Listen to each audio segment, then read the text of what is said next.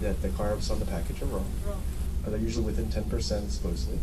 It could be that the child is more resistant to insulin or more sensitive to insulin for whatever reason, right? It could be that not absorbing as well because there's other things already in the body. And it could be the wind speed, it could be ambient temperature. There's a lot of other things that could be affecting the blood sugars. What's that? The phase of the moon? Phase of the moon, yes. And if your astrological sign as well. Anxiety levels for various reasons of that work. So it is, I am a dietitian, and I think some of the hardest part of this is carb counting because it can be very vague. That being said, is that you want to try to get as close as you can to the estimate of carbs. And the thing is that if it is an ethnic food, so I actually looked up samosas because I like samosas, and I looked up a recipe. And so one way, if you have a way of cooking a certain food and you make it kind of in a similar fashion, is that get all the foods that you put in. So samosa has flour and potatoes and a lot of different spices and oil and butter and all things like that. Get all the carbs for every single thing, add the total carbs together, and then the one that I looked at, it was the samosas off of the Food Network. So it's not real, it's probably not as good as some people make, right? But, it says it yields 18, and then, divided the total amount of carbs by the 18, and it was about 21 grams of carbs per samosa. Now the thing is, I know that different people make things in different sizes and things like that. And then also you're not always sure about the exact amount of spice or salt and that kind of stuff. Then the parts that are important in what you're making is the things that have carbs. If your aunt mixes with a little bit extra spice, a little bit less salt, or puts a few extra things, different types of spices in that doesn't have carbs, don't worry about that part, and try to figure out the total amount of stuff that has carbs, the flour, the potatoes, those kind of things like that, and then divide. And then if they make this recipe, kind of makes 20 pieces, and then you kind of try to divide by that, and that's a starting point. And the thing is that it's not exact, but it's kind of get you in the ballpark. I also am a big fan of pupusas. Do you guys know what pupusas are? I love pupusas. And there's not a really good pupuseria around here, unless you know one. Let me know if you know one. I know it is. There's a great one right off of in the Mission, across the street from the community college. That one. Yeah. I know where that one is. I like that one. And there used to be a really good one in Seaside, right close to the aquarium. And so we go to the aquarium and then we go to pupusas. It's closed. It's like, dude, it's so sad. So anyways, the pupusas turn out to be about like 25 to 30 grams per pupusa, depending on the size, because it's made of flour and then it has little beans inside. And so that's at least a good starting point. And whatever the food it is, it's good to have a kind of an estimate.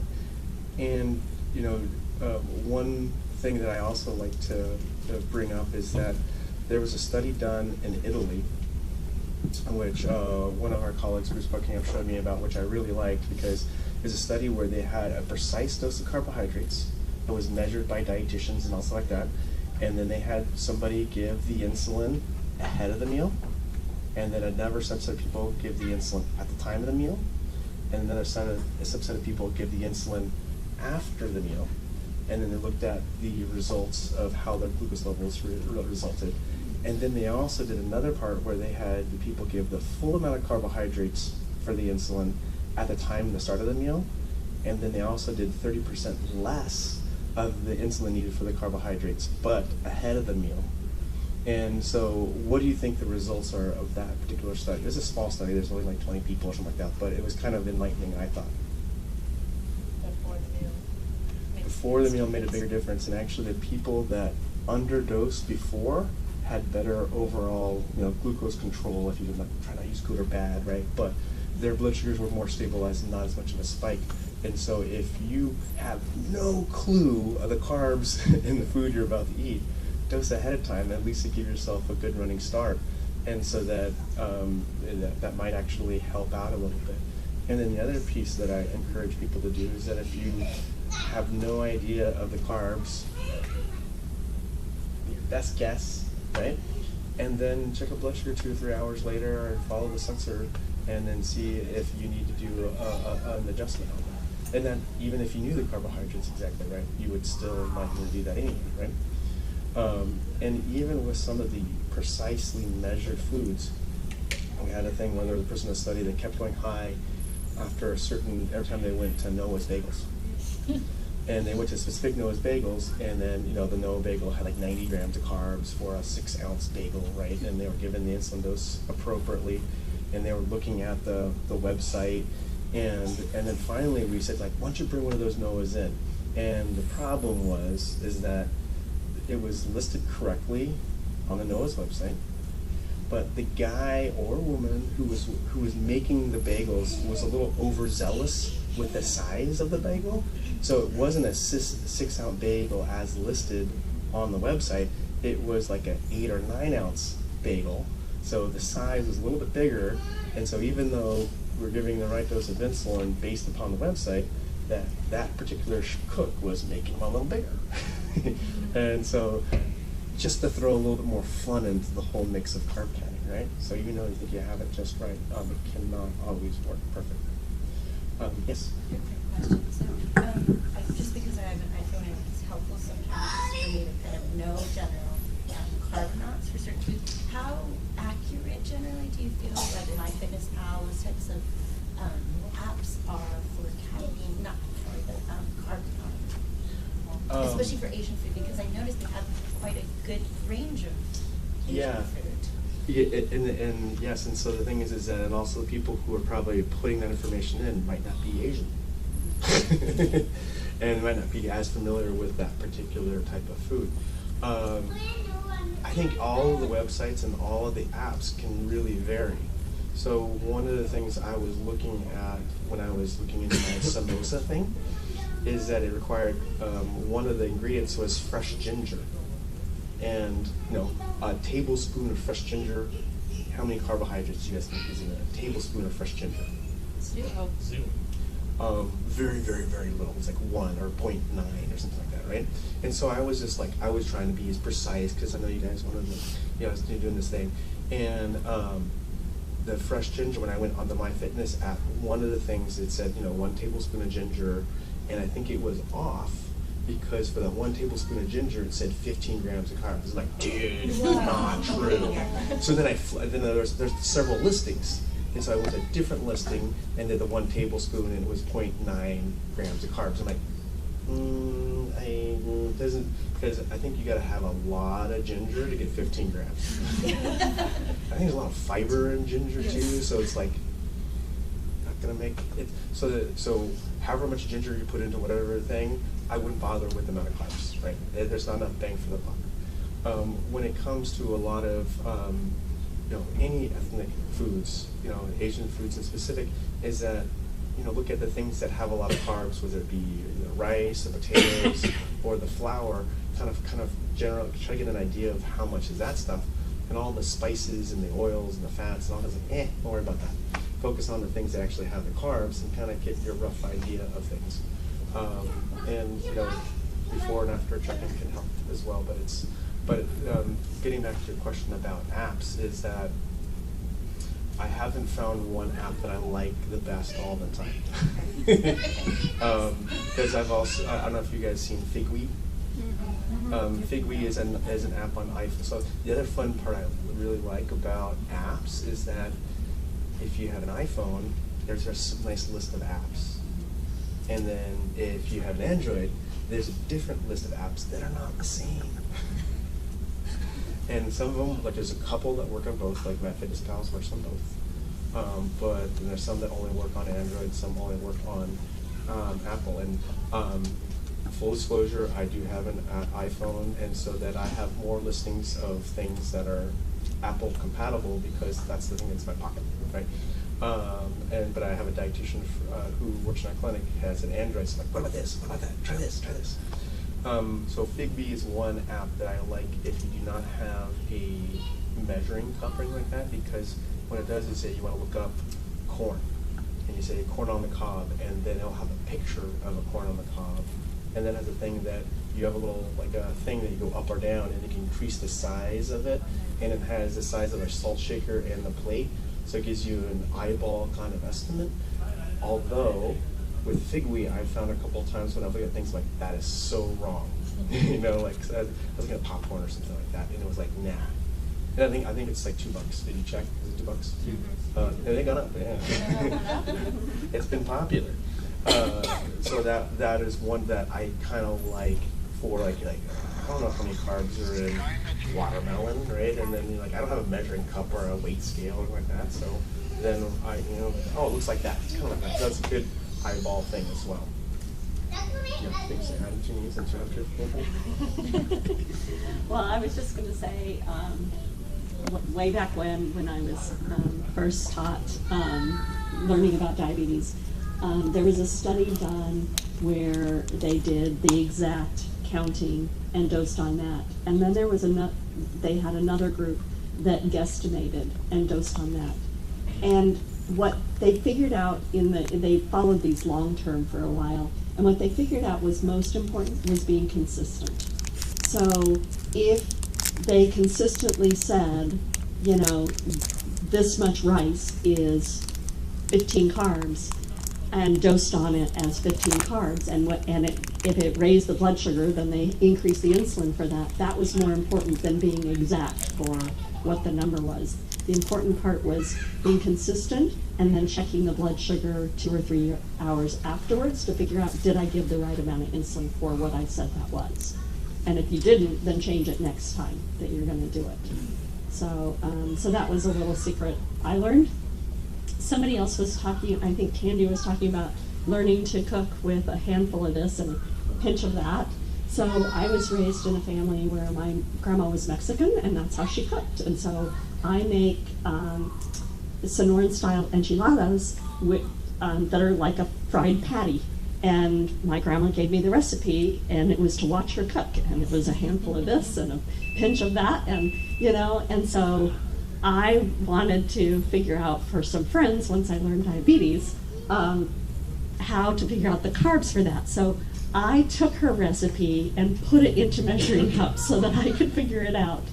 But I also figured out that the important part was, kind of getting a guesstimate and then just being really consistent with, because the patties are different sizes depending on which one of us pats it out and fries it, so they're different sizes too. So that made a difference. Candy. Can you talk about sauces? I don't know about Asian sauces, and where we might find carbs or should I? Oh yeah, so a lot of sauces are just made out of vegetables or tomato or oil, but also sometimes thickened sauces. What do you thicken sauce with? Cornstarch. Cornstarch. Cornstarch doesn't have a gaggle of carbs, but it has some. But it does add up, right? So a little bit of corn. Yeah.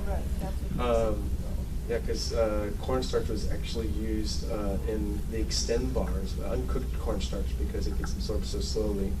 I used to work with a doctor down in LA that developed the Extend bar. I'm not promoting it anymore. It's just like a bar that kind of tastes kind of funky, and had some cornstarch in it so that it has a very slow absorption. So, but yeah, the cornstarch does often get thickened into sauces, and also sometimes people put sugar into the sauces as well. And so then, so a simple example that I like to use is that, chicken McNuggets. Not ethnic at all, right? But, chicken McNuggets, you say, okay, well, you can look at the thing and it says that, a 6-piece chicken McNugget is 18 grams of carbohydrates because it's breaded, right? And so then people give insulin for the 18 grams of carbohydrates that kids are eating. They fail to realize that they're dipping 20 packets of ketchup into their chicken McNuggets, or 4 or 5 packets of the barbecue sauce, which each packet of barbecue has like 12 grams of carbs. And so like why my blood sugar is so high? Because I don't know how your kids do it, but my kids like ketchup on their ketchup. And ketchup, a tablespoon of ketchup is like 4 grams of carbohydrates. It does have some sugar in it. It does add up. There's I saw a T-shirt once that said, "I like ketchup on my ketchup." I need to find that because it's totally accurate. On a side note, for years, my kids would put ketchup on everything, and it was kind of gross. Like barbecue, like broccoli ketchup, corn ketchup, eggs ketchup. And finally, about a year ago, there was a day where they dipped something in ketchup and decided that it was gross. Any guesses? It was a breakfast thing. Cereal. Cinnamon roll. No, it was banana bread. Which, I think I agree, I didn't really want to try it, but I'm like, mark the date. They don't like ketchup and banana bread. Or I was going to show you that, are you guys familiar with weight scales? And this is not something I would recommend use all the time.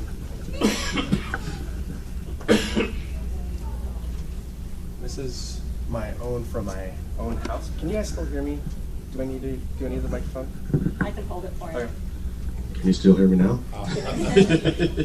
So this is a scale that I got just off of Amazon. The thing I like about these is it has the nutrition facts information. You can get a digital weight scale that you just says 20 grams or 15 grams, and that works fine. And then you have to go online to figure out how many, if it's 28 grams of this weight, how much it is in carbohydrates. This one is nice because you have this little code book, and so you type in the code for like strawberries, and then you weigh the strawberries, and then it gets you the exact precise amount. I find it also, so I discourage people using this all the time. One way to really if you have a teenager and you want to really embarrass them, bring this to the restaurant. It's weighing stuff out. That will really embarrass them, right? No, never do that. I think you just embarrass them enough by breathing. But anyway, is that whatever the food that you're trying to figure out the carb amounts. So your breakfast cereal, of course, put the bowl on, zero out the bowl, so you make sure you don't weigh the bowl as weight. That has happened. We had a kid that was having some very significant low blood sugars because they're having lots of pasta, and they're weighing the plate as well as the pasta amount. Bad idea, don't do that. Zero it out and then put your food on there. Jen, you remember that kid? Yeah. Anyways, but then it gives you a very good estimate. And so if you're how strawberries come in different sizes, and you look on the websites and it says 3 medium strawberries is 8 grams. Well, I have these big ones and little ones. How many carbs is that? You can get a couple strawberries, and you put it on and get the weight of it and get the very precise amount, and then you can say, okay, well, this amount of strawberries is 20 grams of carbs. So next time I have a similar size, I can give a good estimate. So I really like these for the fresh fruit and the baked goods, because baked goods, if you go to a bakery, you do not have the actual amount of carbs because it just says this is cinnamon roll, right? And then again, of course, don't measure the things out forever, because then you get your cereal bowl, and then you know that your kid loves having cereal and their Snoopy bowl on a regular basis. You just gave the cereal up to the Snoopy's nose is about 30 grams carbs, whatever that is. So the next time you have to keep measuring over and over again. So I'll pass this around. You can press the buttons on this. It is mine, personal one from home, and so it has used because I oftentimes measure things for cooking and stuff like that. So, but look in the code book, and it tells you the gram, the carbs. The only thing is that when you turn the thing on, it will. If it's not flat, it gets grumpy and it says "Do not use." See right there, it does that. So keep it flat. One thing I'm going to add to Barry's weighing and measuring things in the beginning is one of the things I've learned over my many years is I'll tell people just do it in the beginning and then don't do it after that for a while. And then I find a year or 2 or 3 years down the road, I need to say, why don't you go back to measuring everything again for a few weeks? Because their bowl of cereal that was 30 grams of carbs has become a bigger bowl of cereal because they're like, oh yeah, that's still 30 grams. Oh yeah, that. And so it's become a bigger bowl of cereal. And I don't care if they're going to eat more cereal, that's fine. But they need to measure it again and figure out that, oh, now I'm eating 60 grams of carbs because I'm pouring more in. because I've grown, because I've changed, because I wasn't filled on that. And so, and they, you know, after you get in the habit, and sure, if you have something like a Snoopy bowl and you're pouring it up to the nose, that works. But as you grow older and you don't have, you know, some sort of character or something, you can misestimate. Oh yeah, that looks like about what I used to pour for 30 grams. So just, you know, periodically spend a week where you measure everything again, just to kind of, okay, how close am I? Portion Yeah, Pardon? portion creep. Yes. Portion creep. Exactly, portion creep, exactly. Somebody else was talking about goods and bads numbers. That I think you were bringing that up. That you were. So we always, when we're teaching, we always teach to not use goods and bads. Just use they're in target or they're out of target. And it's just a number. It just means we either need to give more insulin or less insulin. It's not a reflection on what they are doing or how they are doing it. Even though I've been doing diabetes care for 17 years, I still mix it up. I still say good or bad sometimes. So I still try to avoid the judgment of the amount of insulin people are taking, the amount of the blood sugar is, and how amount of carbs they're taking in, and just trying to get, because at some point in time, if there's continual judgment, kids very quickly will fabricate information or give you just no information. Couple of two things. I think I was also asked to talk a little bit about family style eating. We have one family that they actually have one big bowl and everybody eats out of the one bowl. I've been thinking about that for a while, and I think there's no good way to estimate carb counting if there's a family of 6 and everybody's eating out of the same plate. I can't think of a good way to carb count that kind of thought. Does anybody have any ideas of one big bowl, everybody eating out of the same? So they're not putting on their plate? Not on a separate plate. So you'd have to count the number of times you dip into the bowl or the plate. I might eat less Yeah. than people. Bolus, right? What, For so, the child, like, is counting every The time family. they grab Yeah. their portion and then, Multiply by the number of carbs in each. yeah. So And they- a full standardized cut maybe, and then everybody's subcut to. yeah, so that, Putting on They're not- they're not putting it on a plate. Eating from a bowl. It's a big bowl and everyone dips and eats and dips. I think the same thing happens when you eat like potato chips from Oh, yeah. a bar. So I think so I think the best way, I mean, I've tried is just to take whatever I want to eat and then put it in my plate, and that's it. And Yeah. give them like one bolus for that. That's Yeah. the only. Otherwise, I don't think it's gonna work. Yeah, I And couldn't because it think of will a way. cause insulin stacking and then hypoglycemia after that. So that's the best way, I think. And I think if it's family style where there's a main plate and then you're pulling things onto everyone else's plates individually, so you have your own plate, my suggestion with that would be having a standardized measuring or a standardized serving spoon or serving thing, so that even if it's not an actual measuring spoon, ahead of time you could measure out, okay, this spoon scoops out half a cup of stuff. And so then you get, that person got 2 spoonfuls of this cup and this is around 30 grams or whatever it is. You can have that way to estimate, but, and I think that's one way. They also have these ladles that, you know, are specified measurings that you can use for measuring, for serving as well. But that's if you want to get more technical. Yeah, because the family style can be tricky. And I think with that also is giving some insulin ahead of time, even though if you're unclear the amount of carbs, that can help. You know, I know that there's some families that are really young kids that you're not sure how many carbs they're going to take in. If they're on an insulin pump, you can give the insulin for the blood sugar plus, you know that they're going to have 20 grams, but it could be 20 to 80. You can give the insulin for the correction plus the 20 grams you know they're going to eat. If they're on an insulin on injections, then your options are, you know, give 2 injections, or you have to do some estimations with the 1 injection. Right? Yes. Yeah, when we say carb counting, not all carbs are always equal, right? Like, Oh no. for example, dinner he says add 0.5 because I want to have ice cream. Mhm. But 0.5 for ice cream, the 30 grams is not same as 30 grams of rice or bread. So how do you count that? The simple carbon. I was about as I was going to add to water. Same thing, right? I don't know whether I should do juice. all the kids drink juice in lunchtime. We don't give juice because it's simple carbs. It just spikes up the thing, right? And I disagree with juice for everybody, except kids with low blood sugars. Oh, that's very pathetic, right? So it's okay to substitute the vitamin water, which has got 2 grams, something like that. Something like that. Yeah, so I mean, the thing is that all carbs are not created equal. And if you wanted to get more technical, which I will discourage, is you can't get into this thing called the glycemic index, because there's foods that get absorbed faster or slower.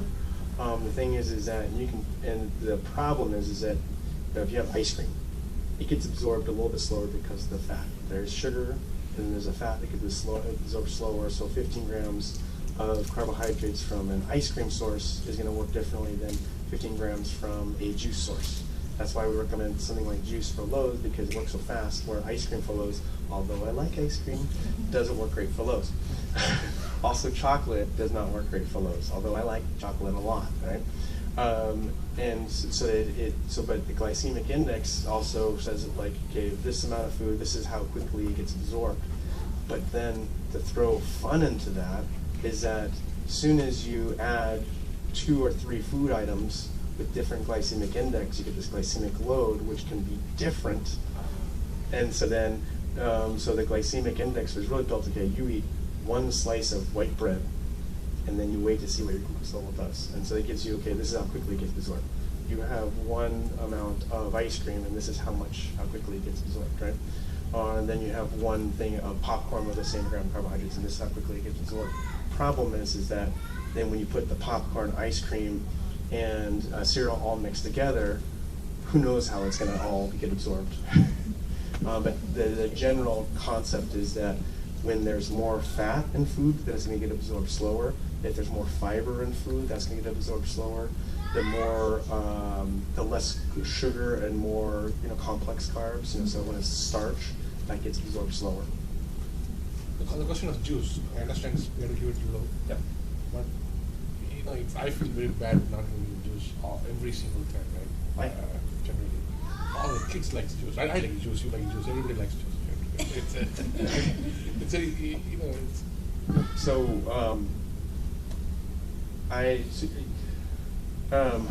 American Academy of Pediatrics actually now has changed their thing. They try to limit juice in general, say no more than 4 ounces for kids under 6 years of age.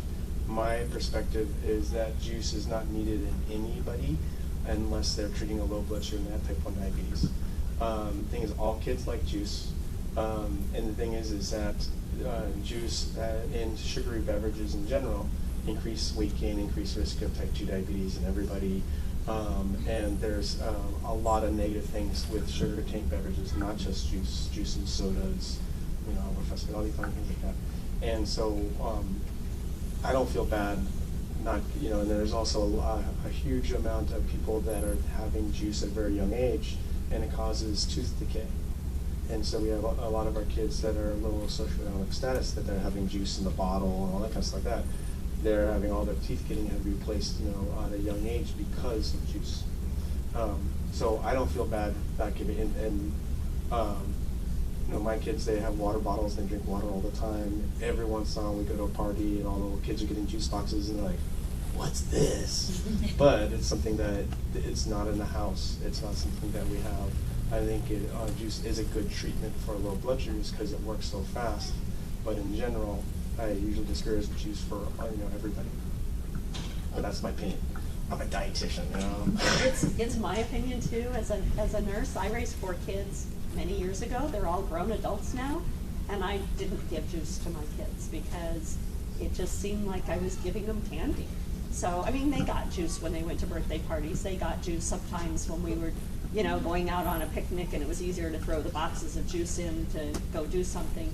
But they only got it also on those occasions and with a meal. It wasn't like they were just handed juice to drink and wander around. And I had a lot of my friends whose kids wandered around with cups of juice all the time.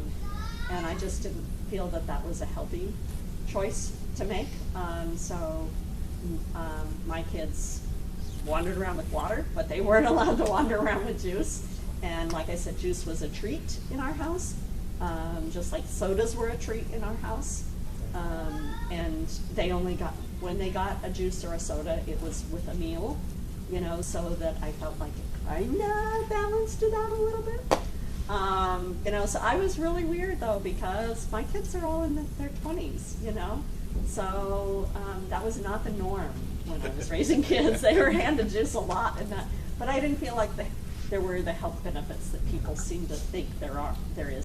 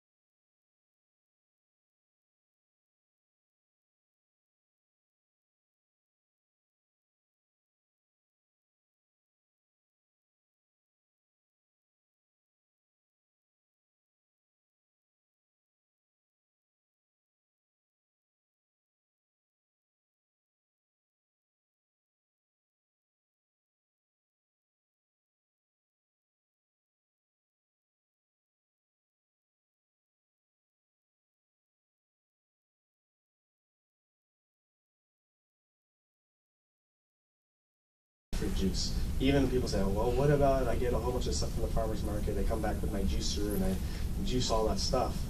And so then basically you have sugar water with some vitamins in it, vitamins, right? And also, you know, you come from the diabetes standpoint of things, and so if you, let's say you get a bunch of, you know, organic carrots and you put them in your juicer and you get all this organic carrot juice, and then what does your juicer do? It throws out all of that fiber. And then even if you have some that keeps the fiber in there, right? So then, since it's broken down already, it's absorbed at a faster rate. And so for diabetes, is that carrot juice is going to bring your blood sugars up pretty quickly because you're getting rid of all the fiber, all of that, and it's going right into your bloodstream. If you have it blenderized, where it still has all the fiber, and you haven't get rid of the fiber, is that you've taken away the job of the body, where you normally eat a carrot, you chew, and then it goes in your stomach, and your stomach kind of mashes it around a little bit for a little while, and it goes in your intestines, and you slowly absorb it because it has all this work to do. If you do carrot juice, it goes right into your intestines and goes right in and brings your blood sugars up. So that's my perspective. And the other thing is that I want to talk a little bit about is that when we're doing you know, changing things around in the family because of diabetes or, you know, carb counting and stuff like that, very important to not do, okay, this is your food and this is our food. It should be all of our food. And if there are some slight changes when diabetes takes place, we want to make sure that we do consistent things for everybody. So that it's not like, oh, okay, well, you have some special diet stuff and then everyone else gets it, whatever. Because I've seen it go really bad when there's these, you know, a family of 3 or 4 kids, and the kids that don't have diabetes are snacking on candy, eating juice, and stuff like that, and the kid in the exam room while the other siblings are just munching all kinds of things like that, that kid with diabetes is sitting there. Like, that's not fair. And the thing is that, you know, there's somebody, you know, kids today, okay, I'm going on a tangent now. kids today, oftentimes they're getting snacks constantly, seen in the park, and the kids are constantly just, parents are handing them stuff and things like that. Do kids really need to be snacks and things like, you know, having something to eat every few hours? No. Infants, newborns, need to eat every 2 to 3 hours.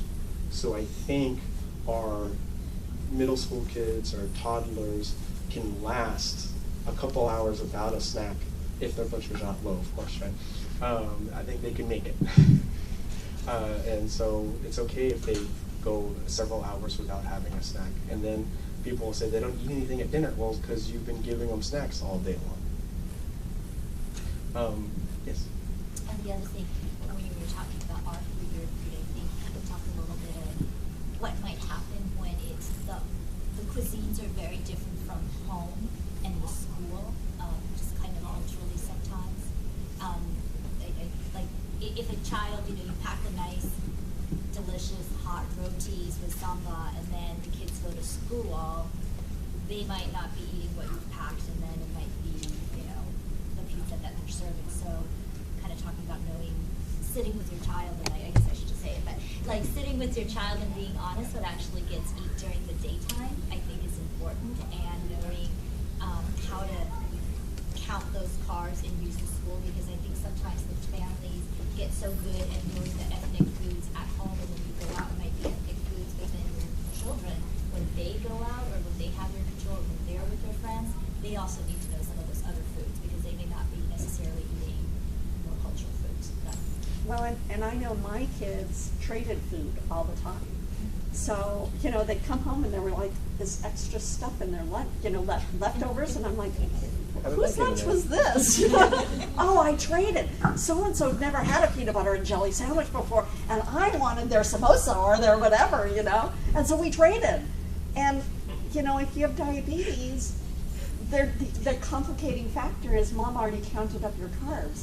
And I don't want to tell a child with diabetes you can't trade, because my kids experienced some really cool new foods that way, because it wasn't mom trying to convince them to eat it, They're like, oh, we should buy this, or we should get some of this, mom, or learn how to cook this from this mom, And so I would say, like Dr. A has said, you gotta teach your kids, well, if you're going to trade, then go talk to an adult about what the carb difference is, It's okay to trade, as long as you figure out if there's a real big difference in carbohydrates, so that we're giving you the right amount of medicine for what you're eating.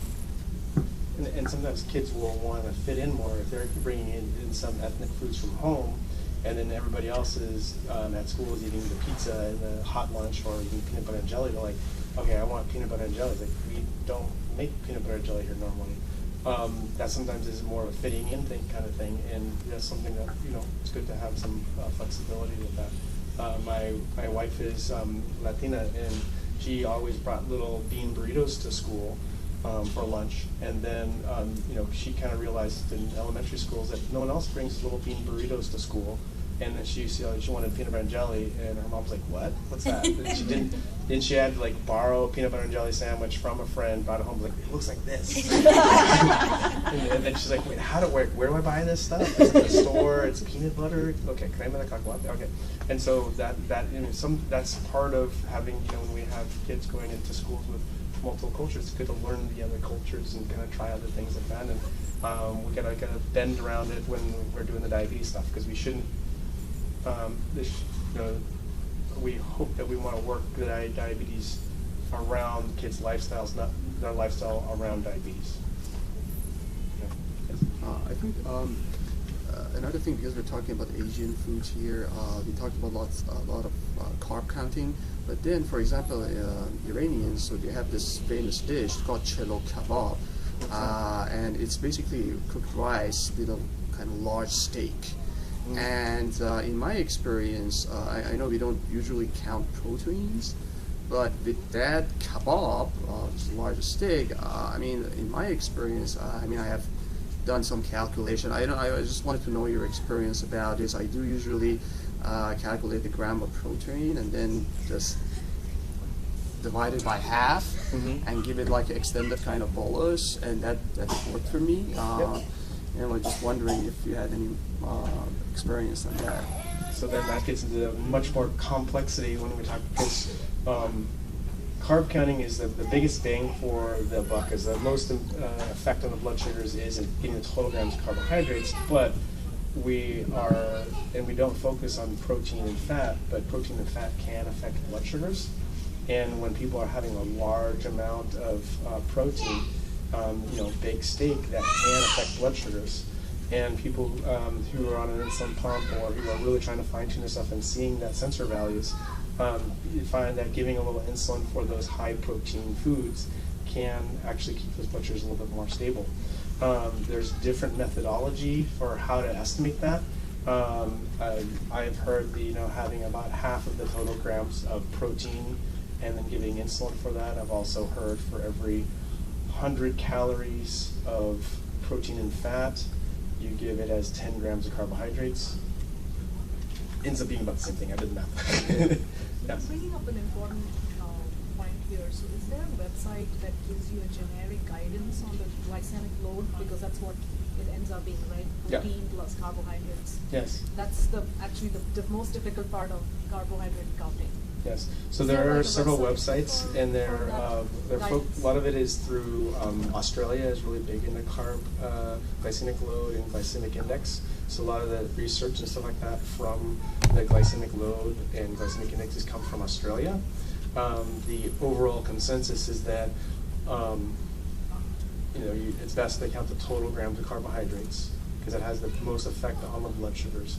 You looking at and being aware of the glycemic index and glycemic load can also affect the blood sugars. The amount of effort goes into calculating the glycemic load has a slightly beneficial effect on overall blood sugar control. So, but so that it is, I don't have a specific website. Though at times I look up glycemic load, it always ends up going into an Australian website typically. Can you tell us what that is? I mean, I just Google it typically, Google it, or okay. Bing it. Because what you just said, right? 50% of protein, you add, that's like 10 grams. You treat it like 10 grams. So that's the kind of. But I would say maybe a small amount of protein, 1 or 2 ounces. I mean, I think the basal insulin can cover for that. Yeah. But anything Like a large, I mean, bigger than that, I mean, you If can you're having a use 20 ounce that, steak, yes, yeah. you might want to give some insulin for that. But most time kids are not having a big monster steak. But yeah, and it's usually you hear 40 or 50% of the grams of protein can eventually get converted into glucose. And so if you're having a 10-ounce steak, each ounce of steak is equivalent to about 7 grams of protein.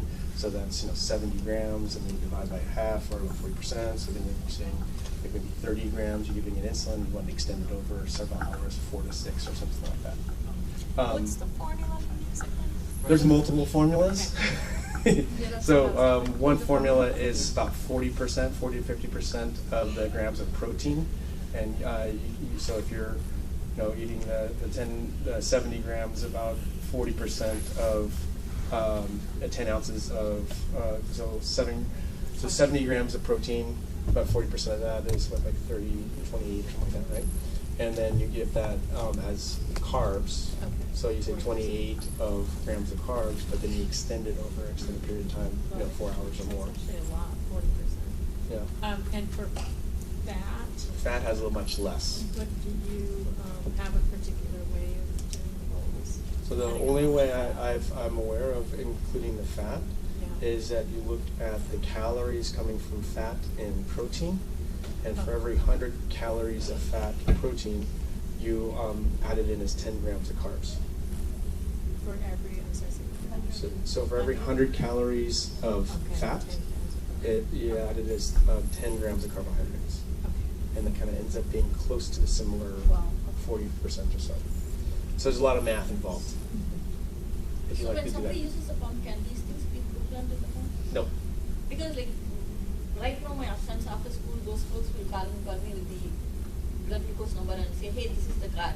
And it doesn't sound that simple, like when you, there is so many other factors to be taken into account, right? But they just read from the packet and say, this is the card, and I give them the, the insulin number. From what you're talking, what we are doing is like very primitive. Yes, but then the other piece is that give the insulin ahead of time, and then you're seeing the sensor value or the blood sugar values a few hours down the road, 3 or 4 hours, and the dose of insulin that you didn't work, giving a corrected dose to bring it back into the desirable range, is going to be working well. So people who are aware of their blood sugars, using a sensor, using multiple checks a day, 4 to 8 checks a day, and making adjustments along the way, they're going to have very good success with their diabetes management. It's more like trial and error. What's that? I won't say trial and error, but it's more like learn as you go. There's the science part of caring for someone with diabetes, and there's the art part. What's going to work in his body, and that's what you have to figure out. And then the fun part is that you'll dial it in And then he this grows. week. And then he grows and it changes, and then Or it's his all out the hormones door. hit, or. And then you gotta reevaluate everything, and then start over again, and then you figure it out again, and it doesn't work again. And then, of course, once they become adults, it's a little bit more stable. The hormones are not as crazy. But then there's still things with, as adults, that when you're going through times of stress, or if you're going, involved in more activity or less activity, it can all have an effect on diabetes level. And he's a male, and he can say things are a little less, or a little more stable. And I know my female friends who have diabetes have much more variation because of their hormone effects than the male friends who have diabetes. And the other thing is, you mentioned recoil earlier, right? Like there are different ways of giving bolus, like one after food, one before food, and things. I know one T1T parent, she said they have a pump, so she usually gives the correction before the food, and after she gives the bolus after that she finishes the food. Is that something that is? Best to give the insulin for the carbs and the bolus and the food, the blood sugar and the food ahead of time. But if you have on the insulin pump and you're not sure of the total carbs, but you know that they're going to eat 30 grams, give the insulin for the blood sugar ahead of time. The 30 grams you know they're going to eat, and if they eat 80 grams at the middle or the end of the meal, add in those extra 50 grams that to account for the missing carbs. The only thing is that if you think that they're going to eat 80 grams and you give insulin for 80 grams and they only eat 50, then you're short 30 grams and you got to find another way to get those 30 grams in the stomach because you can't suck the insulin out. I think Dr. Ahmad is working on a way to suck insulin out. Isn't that some of your research? Leeches. Yeah, leeches, yeah. Pumps do have ability to give in waves. So let's say the party you are going and you don't know when he's going to eat, what he's going to eat, and how long this party is going to last, and all those things. You can do it waves. Yeah, I mean, he hasn't started using the pump yet, we're still waiting for the problem. But our problem was more like, he'll say that he will eat, or he won't eat, or he'll say that he won't eat and he won't eat. So, that way it's very hard to calculate the value. And then also kids at a pretty young age realizes that they need to have control over some of these things, and it can really make the parents twitch when they say they're going to eat stuff, they give the insulin, and then now you're short 50 grams in his tummy. That really gets the parents up nervous, and it's like now I say, okay, I want my new PlayStation video. Or ice cream. Exactly. Ice cream. Kids very smart. It's like, I want McDonald's fries now. Make them hot. I will walk you through a scenario. Okay.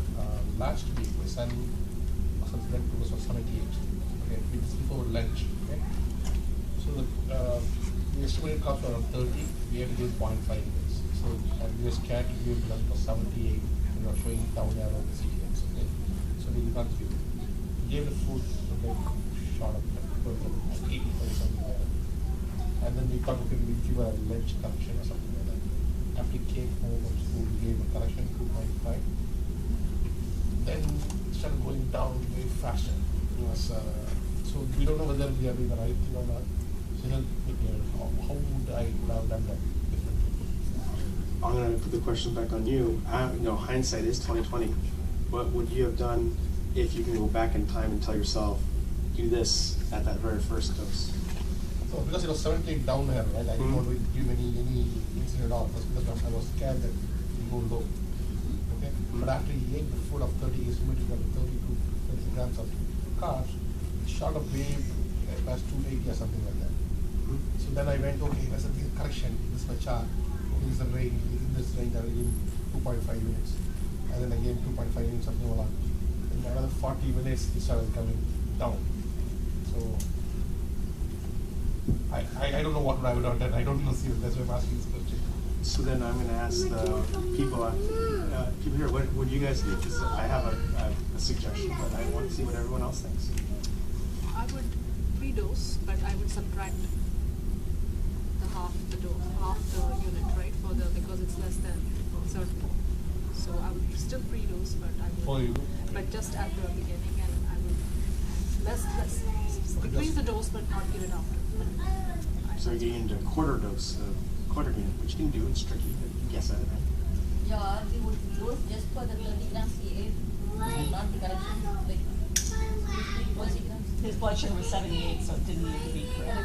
Yes. So So what you happened didn't, was you exactly didn't give a happened. dose at all, you just gave him the food, right? Yes, I so understand because it that. was down the arrow to the here, Right. which means it's going to go down further down. Yeah. So I was skeptical giving him antibiotics.